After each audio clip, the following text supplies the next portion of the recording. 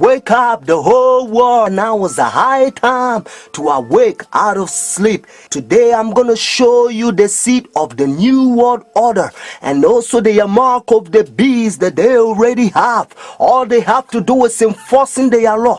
The whole thing is tied with religion. That's why Revelation chapter 13 verse 17, the Bible says no one can buy or sell. Notice. It's a great honor for me. Thank you so much. Friends, I'm gonna give you a little history and then I will tell you the power behind the scene, the new world order. Constantine was the one who united the church and stayed together. Notice, during dark ages, pagan Rome, when he marched them to Tiber River, they said they was baptized. So when they came to the church, there was idol statue worshippers. So when they brought their statues in Roman Catholic Church, they start naming them Christian name, Jupiter and all this thing. They call them Peter and Rosary and all this paganism that they brought to Roman Catholic Church. And some of the Christians they don't like, so they protest against. That's why they call them Protestants or Protestant. So they set up their Jesuit order during 1500. The reason they set their Jesuit order is to destroy the Christians that they protest against their paganism. I'm tired of people saying Christianity is a crutch. It's not a crutch, it's a cross. This planet is covered in blood as a consequence of people who stood for righteousness and truth. They also infiltrate the state to control the whole world. The Jesuits, they created Masons, and now they got Skull and Bones, Illuminati, all them secret societies, friends. And what is Obama and all them powers, they all belong to secret societies. I love everybody. I don't have a choice if I want to go to heaven, but I gotta tell you the truth. He wrote, we must move as quickly as possible to a one-world government, a one-world religion, under a one-world leader. So as he began to travel the world, over 100 trips in his 25 years, the world was watching. His first trip to a conference in Mexico in 1979 instantly transformed the world's idea of the papacy. Some 5 million jubilant people in one crowd, it was said to be the largest ever. Among those surprised was John Paul himself. The whole thing is tied with Bible. The church and state is going to unite in the last days, and they will bring the mark of the beast that the Bible says. So notice. You came from circumference I did, your old country. Yes. And it was successful. Successful, you have some decisions. It's not so easy in this course. The Iraq War has been another foreign policy challenge, beginning with John Paul's papacy. Other foreign policy priorities for Benedict include pushing for peace in the Holy Land and decrying rising secularism in Europe. He's also been quietly working to establish relations, something that was not possible during the last papacy, largely because of John Paul's role in the fall of communism in Poland. The Chinese obviously didn't want John Paul II running around China doing the same thing.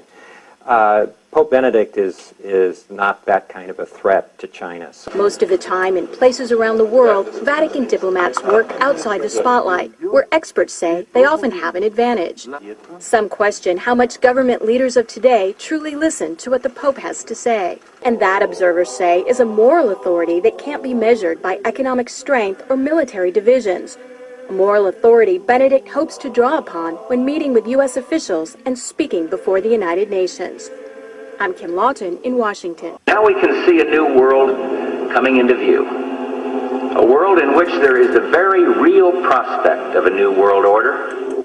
Pope Benedict XVI is calling for a new world financial order. A document entitled Charity and Truth was released just hours before the G8 summit. Friends, the Jesuit order, they also infiltrate every religion, especially Sunday churches. That's why Revelation chapter 17 called this power whore. Notice, the mother of harlot. Jesus Christ is the one who died for the whole world, and he's drawn everybody to himself. But this power, they don't want you to go to Jesus Christ. They want you to go to them and confess your sin to them. So notice what Revelation chapter 18 says. And they also infiltrate the kings, presidents. So notice, and he cried mightily with a strong voice, saying, Babylon the great is fallen, and is fallen, and is become the habitation of devils, and the whore of every foul spirit, and the cage of every unclean and hateful bird.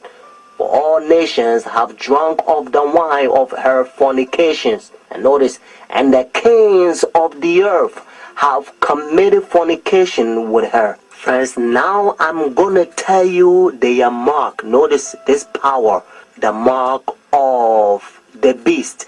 Because notice, if the Bible says the mark of the beast, means this power has a mark. The beast is a language that God is using for this power. And they themselves, they says in their own book, the book of Catechism, the old version, notice, they say Sunday worship is their mark of authority. The new version, they don't use the word authority, but at least, thank God, they still admit it. Even the new version of Catechism, they still says they changed the Sabbath from Saturday to Sunday. Friends, the mark of the beast is not worldly speculations that sometimes you hear. Some people says, well, it's computer chip. Unfortunately, you don't find in the Bible. And some people says, you know, it's 666. But according to Revelation 13 verse 18, actually 666 help you to find the beast. What I mean is to identify the beast. But the Bible says the mark. The reason why I repeat and I kind of stretch it because I don't want you to miss it. It's a deception. Notice the mark of the beast. It's clear. It means the power, the beast has a mark to change the Sabbath from Saturday to Sunday. But unfortunately, Sunday churches, they adopt sun worship day for so many years. They don't want to get rid of it. But actually, it's a pagan sun worship day, Sunday worship. Look, even the spellings, you'll find out. Matter of fact, if you look at your calendar, Sunday is always begin as the first day of the week. Unfortunately, they will skip, and some people, they don't know, they will count Monday as the first day of the week, because according to Revelation chapter 12 verse 9, the devil will deceive the whole world. So it's a deception. So the devil, you know, he's in the process blinding the people, including the Christendom.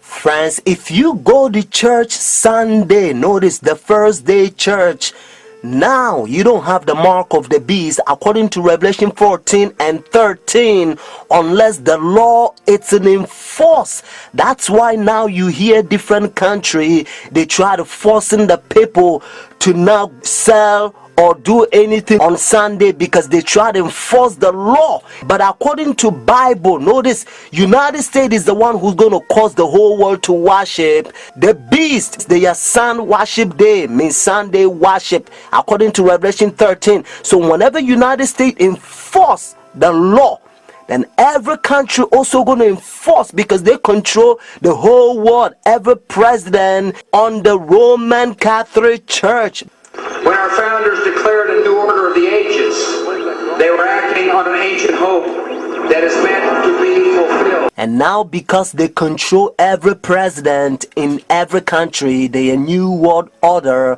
So now they're using the president to sign up laws and all kinds of rules like gay and lesbian. And now they don't want you to talk about Bible. You know, if you go to work, they don't want you to talk about Christ because, you know, they say it's offended. They try to put the whole world in darkness. They don't want people to know the truth, just like what they did in dark ages. They remove Bible from people and they put people in darkness so that they can control them. That's what they're doing again. Notice what Bible says in Romans chapter 13 verse 11 to 12. And do this knowing the time that now is a high time to awake out of sleep. Now our salvation is nearer than when we first believed. The night is far spent, the day is at hand. Therefore let us cast off the work of darkness and let us put on the armor of light. The time you have spent to study Bible a year,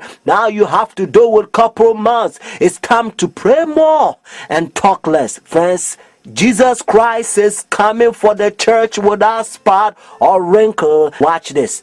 When Nazi Germany attacked Britain in 1940, Winston Churchill called on his people to defend Christian civilization. Today there is a new kind of battle in Britain, and Christianity is again at stake. Dale Hurd reports from London. The coronation of Queen Elizabeth. Like British monarchs before her, she promised to maintain the laws of God and the true profession of the gospel. But Britain today is at war with the gospel and with itself. Christians who try to be Christians in the workplace risk being demoted or fired, and the government continues to push an aggressive gay rights agenda, while threatening to criminalize Christian speech and practice. Christian politician and activist George Hargraves. Yesterday, I got a letter from the Advertising Standards Authority of a complaint saying that my billboard that says Britain is a Christian country is offensive to atheists and other religions, and it incites hatred against them. What nonsense. Britain is constituted as a Christian country. Daily prayers are said in Parliament whether atheists like it or not. The Queen is the head of the Church of England and therefore has to acknowledge God for her sovereignty over the nation. These things are written into not just our culture and our heritage, but into our Constitution. Great Britain is officially a Christian nation, and in fact at one time was the missionary base for the entire world, even sending missionaries to the new American colonies. But Britain today in practice is increasingly anti-Christian, and the cases of anti-Christian bigotry and discrimination are beginning to pile up. In response, Christian legal centers have mobilized. Lawyer Andrea Minicello Williams of Christian Concern for Our Nation warns that if British Christians don't step up now, Britain is on a path to criminalize the practice of Christianity in public. There's been a massive move by the secularist lobby to privatize religion. You can have faith so long as it doesn't affect you in the workplace, so long as you don't bring it into the workplace. Just make it private. It can't be public. It can't affect what you do in the public square.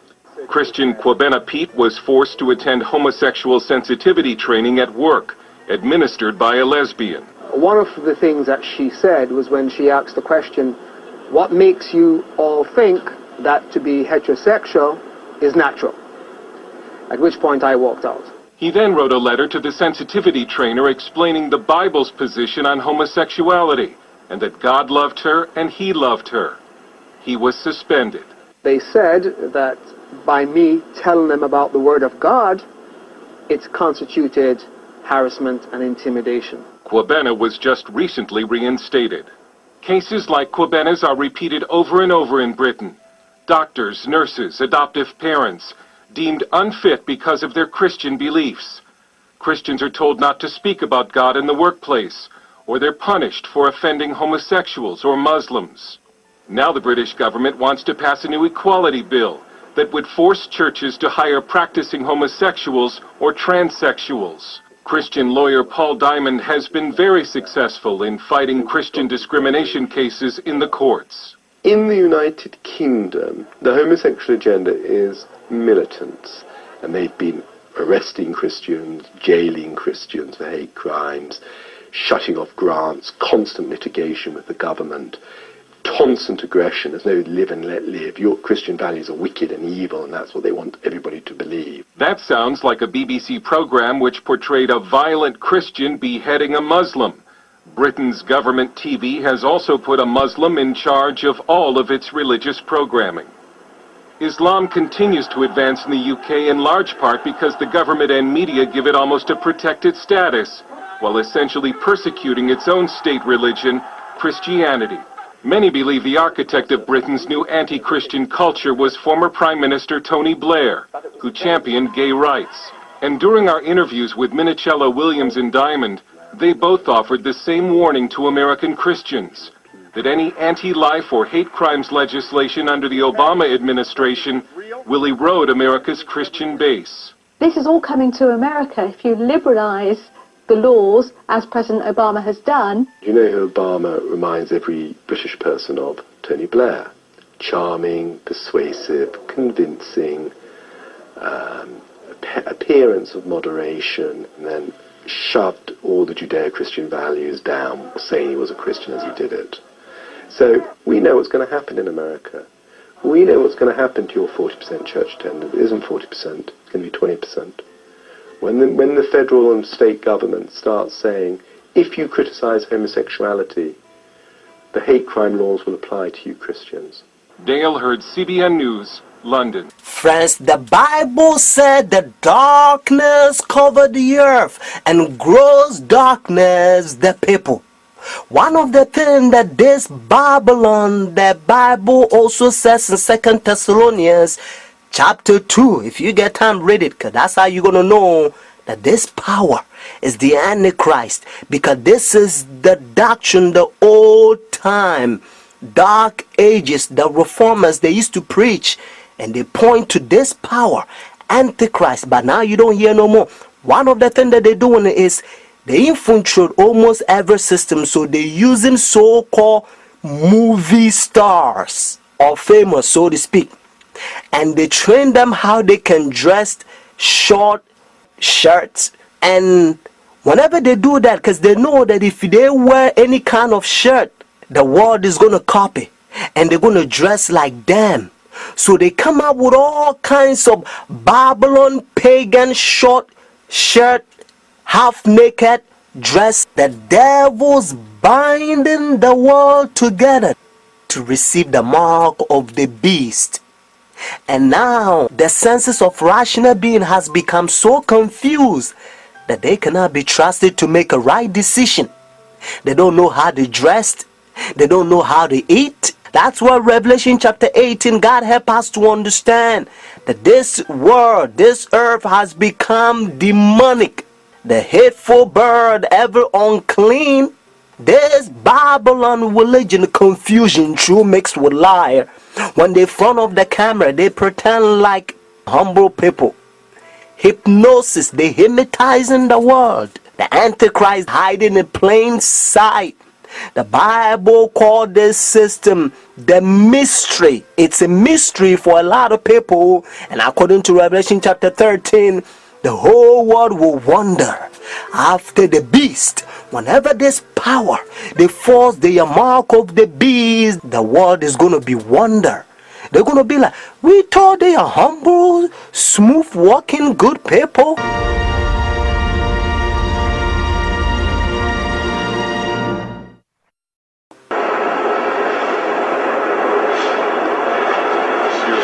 May I present Archbishop Kayang Barsamian, Primate of the Eastern Diocese of the Armenian Church in America.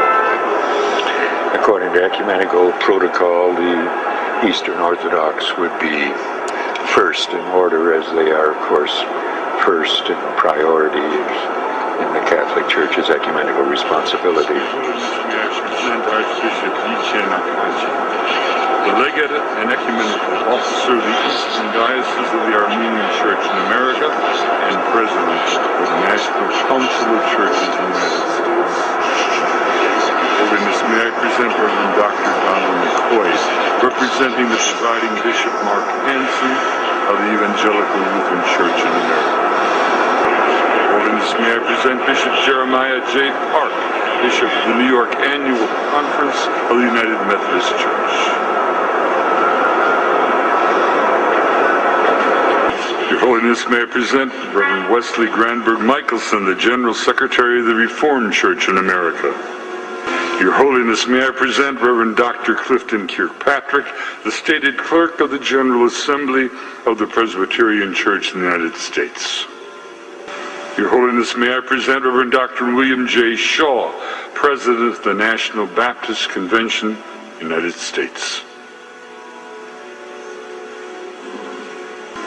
Your Holiness, may I present Bishop James Leggett, General Superintendent of the International Pentecost Holiness Church. Your Holiness, may I present Dr. Leith Anderson, President of the National Association of Evangelicals.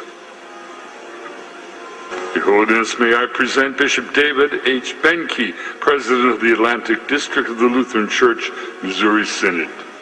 Your Holiness, may I present Reverend Dr. A.R. Bernard Sr., President of the Council of Churches of the City of New York. Your Holiness, may I present Elder Bernice King, daughter of the civil rights leaders Martin Luther King Jr. and Coretta Scott King. Your Holiness, may I present Reverend Jimmy Song Jilim, Executive Director of the Council of Churches of the City of New York. Your Holiness, may I present the Right Reverend Mark Sisk, Bishop of the Episcopal Diocese of New York. Do you understand the language, Your Holiness? And this is how they call this power. He think he is God. That's what their teachings is all about, friends. Religious leaders, when they come to meet this power, they wearing black. Notice, dark color. They represent the sinners, and he represent God. And now listen to what Bible says. 2 Thessalonians chapter 2. This is the chapter the Protestant Sunday churches, they are forefathers. They used to protest against this power during dark ages, and they call them Antichrist. Notice, Antichrist. But now you don't hear from Sunday churches anymore, because they betray their forefathers. Let's start from verse 3. Notice 2 Thessalonians chapter 2. Let no one deceive you by any means, for that day will not come unless the falling away comes first, and the man of sin is revealed, the son of perdition, who opposes and exalts himself above all that is called God, all that is worshipped, so that he sit as God in the temple of God, showing himself that he is God. Do you not remember that when I was still with you, I told you these things? And now you know what is restraining, that he may be revealed in his own time. Notice what it says in verse 7. For the mystery of lawlessness is already at work. The Jesuit order, they set their own president in every country.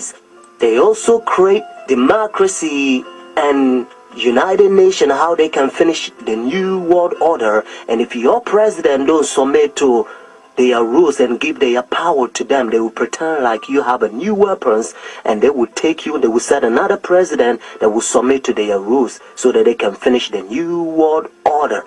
Friends, Saturday is always the Sabbath, the seventh day of the week. Notice, and again, it's always Saturday, and that's why the Bible says the seventh day is the Sabbath.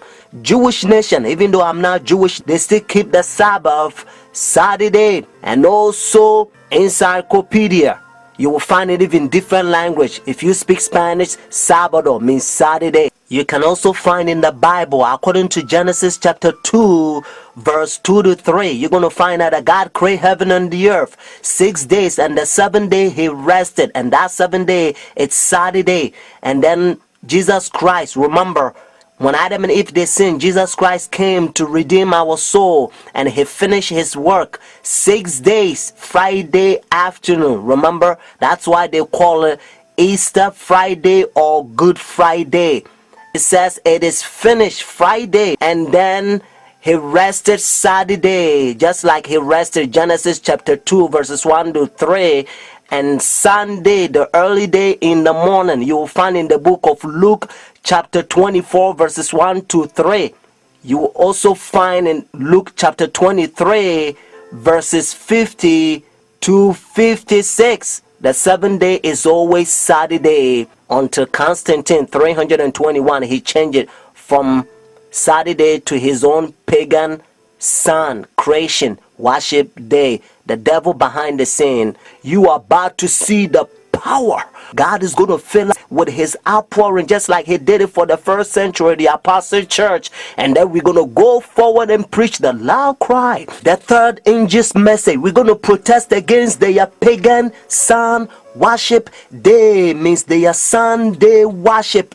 and then Jesus Christ will come. Just like Bible says, if the day is not short, no flesh will be saved. But for the elect's sake, means those who take a stand, the day will be shortened. Friends, this is a beautiful time in history because we only one step away from heaven. The mark of the beast, the worship issue in Revelation chapter 13. If you get time, read it, because Revelation chapter 13 verse 12, it's a worship issue, and verse 15, it's a worship issue, and verse 8 is a worship issue. And the Bible helps us to understand that behind the scene, Revelation 13 is the devil. He wants the whole world to worship him. Friends, you have to escape. You have to study your Bible. Christ is calling you, whether you are Christian or not. Whenever you hear Sunday worship in any countries, do not accept it. God is going to protect you. Bible says our bread and water will be sure.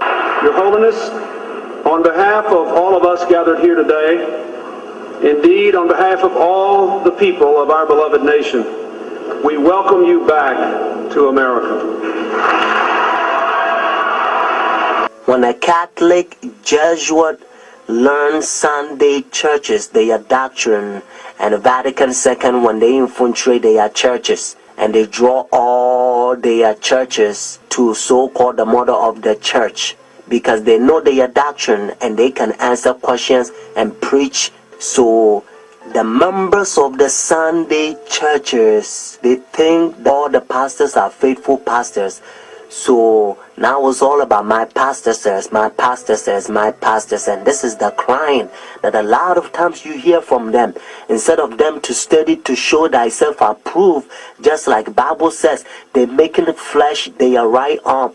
And some of them, when they learn the Sabbath truth, that is always Saturday, because their pastors has been hypnotized them for so many years. So when they go and they talk to their pastors, instead of them to talk to God and make decision based on that says the Lord, they make their pastors make decision for them, because that's how bad they hypnotize them. They come right out and state exactly how they infiltrate any religious group they want. They'll come in pretending to be a Pentecostal, pretending to be a Baptist, taking the leadership role and then completely subverting it from the inside. Friends, don't let the devil use hypnosis preachers, whether it's the pastor or whoever they are, to tell you that you're not going to be holy. You're going to sin until Jesus Christ comes.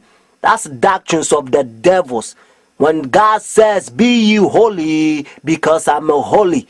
When Jesus Christ sets you free, Bible says, ye shall be free indeed. If you think that God is bigger than the devil, then you're going to be holy by the grace of God. But if you think that you're the devil, notice your devil is bigger than God, then the devil's going to make sure that he keep you in darkness. He will keep you to sin until Jesus Christ comes, and then you're going to be doomed.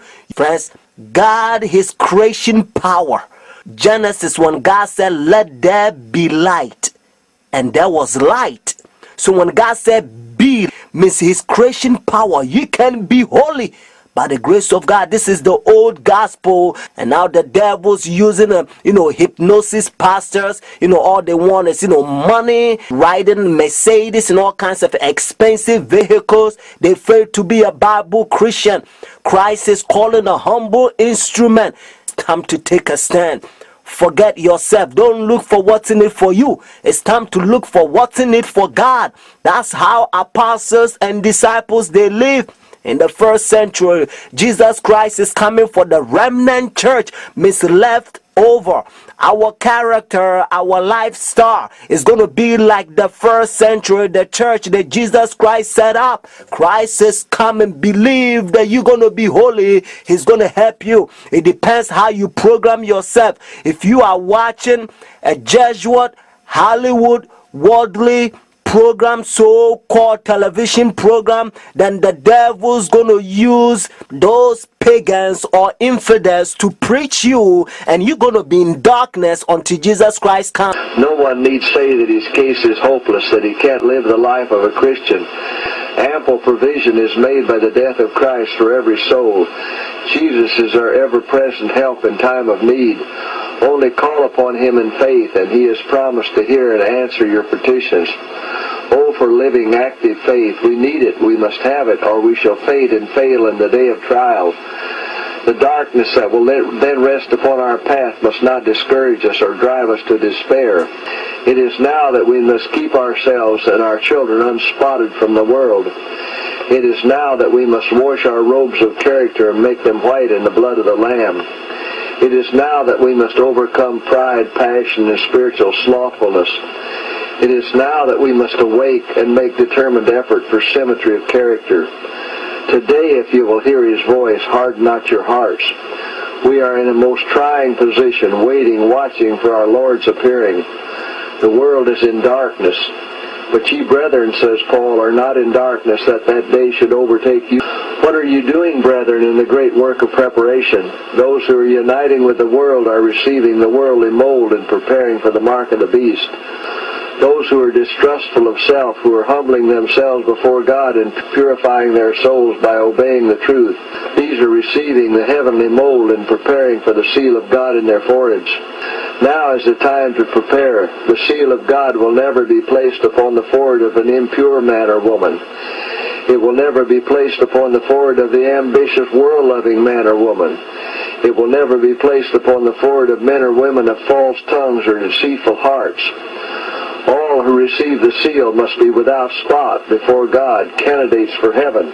Search the Scriptures for yourselves, that you may understand the fearful solemnity of the present hour. 2 Thessalonians chapter 2, verse 3 and 4, Paul says, "Let no man deceive you by any means, for that day shall not come, except there come a falling away first, and that man of sin be revealed, the son of perdition, who opposes and exalts himself above all that is called God or that is worshipped, so that he as God sitteth in the temple of God, showing himself that he is God." Who do we have here at the Vatican meeting with the Pope? This is Billy Graham, a Baptist, a Protestant, meeting with the Pope. The Georgian Patriarch meeting with the Pope. The Greek Orthodox Archbishop meeting with the Pope. He's meeting with the heads of various religions in Azerbaijan. Pope John Paul II in a Muslim country in Azerbaijan, and all the different religions and leaders are out to meet him and pay him homage. The Dalai Lama at the Vatican meeting with the Pope. Who does he represent? Eastern mysticism. The Romanian Patriarch meeting with the Pope. In the first visit by a Roman pontiff to a mainly Orthodox country in nearly 1,000 years, the Pope embraced Romania's Orthodox Patriarch and declared the time has come to put every form of fear and suspicion between their churches behind them. Pope's Romanian visit set stage for possible Russian trip. Mindful of his advancing years and with a trip to Moscow in mind, Pope John Paul II pushed ahead Sunday with efforts to break down barriers with Orthodox Christians. The Pope's visit, part of his drive for reconciliation among the various Christian denominations as the new millennium approaches, has spurred hopes for greater unity between the Roman Catholic and Orthodox churches in Romania, despite the conflict in neighboring Yugoslavia. Pope John Paul II's weekend visit to India concluded today in an atmosphere of religious harmony and unity. The Pope received a reverent welcome from leaders of Hinduism and 7 other faiths. In turn, Indian leaders of the Hindu, Buddhist, Sikh, Muslim, Jain, Parsi, Jewish, and Baha'i faiths extended prayers of welcome to the Pope. India, with a population of 1 billion or more, is more than 80% Hindu. The LA Times. Pope calls talks with Iran leader promising. Khatami, a Shiite Muslim, told the Roman Catholic pontiff that he hopes the 2 monotheistic faiths could join to inspire a more equitable world order. As he entered the Vatican, The 78-year-old Pope looked relaxed and pleased as he accepted his visitor's gift. Khatami is now president of the 55-nation organization of the Islamic Conference. This is Yasser Arafat. He was the leader of Palestine at the time. Notice that he's all smiles as he meets Pope John Paul II. And here's Khatami, the former president of Iran. This is Tariq Aziz. This man was one of Saddam Hussein's top men in his cabinet, that the Pope is on a higher plane than themselves. Who is this? This is Prince Charles and Princess Diana. And who do they represent? The Church of England, who had a big split with Rome many years ago. It's Tony Blair meeting with the Pope. And in case you don't know, brothers and sisters, when Tony Blair left office, but he flew to the Vatican the next day after leaving office to become a priest and a Roman Catholic. Is this man a Christian? No, this man is a communist and former president of the USSR that this man he is about to shake hands with helped to bring a collapse to, along with Ronald Reagan and the CIA, which was predicted in the Word. Sweden's Crown Princess Victoria meeting with the Pope. The Czech president meeting with the Pope. Nelson Mandela meeting with the Pope. Is this man a Christian? It's Vladimir Putin. Friend, this man is hardcore KGB, but he's at the Vatican meeting with the Pope. The Israeli Prime Minister meeting with the Pope. Even dictators are meeting with the Pope. The Philippines President, Gloria Arroyo, meeting with the Pope. Vicente Fox, former president of Mexico, meeting with the Pope. Friends, he's even speaking before the United Nations. And when the Pope of Rome speaks, the world listens. How many of you remember former Secretary of State Colin Powell? Where was he at when he was the Secretary of State for this country? He was at the Vatican meeting with the Pope. Former Democratic President Jimmy Carter meeting with the Pope, and this was during his presidency. Former Republican President Ronald Reagan meeting with the Pope. Former Republican President George H.W. Bush meeting with the Pope. Former Democratic President Bill Clinton meeting with the Pope. George W. Bush meeting with the Pope. And notice they're all wearing a black suit. Laura Bush at the Vatican with her daughter meeting with the Pope.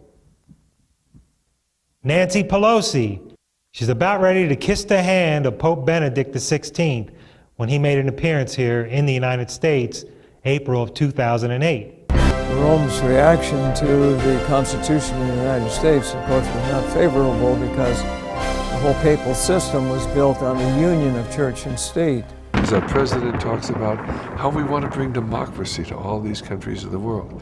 Well, why doesn't he want to bring a republic to these countries? We were a republic. We were never a democracy. The Jesuits had really assumed universal political power by 1750. As that book, Justin Fulton, that great author, wrote, Washington on the Lap of Rome. It was written about 1888. Washington on the Lap of Rome, written by this great preacher, Justin Fulton. And it shows how he calls it Rome on the Potomac, completely controlled by the Archbishop of Baltimore. There was a secret wire between Baltimore and the White House telling the president what to do, at least since the days of Grover Cleveland. Historian Thomas Hobbes says, if a man consider the origin of the great ecclesiastical dominion, he will easily perceive that the papacy is none other than the ghost of the deceased Roman Empire sitting crowned upon the grave thereof. Pope Leo said, we hold upon this earth the place of God Almighty.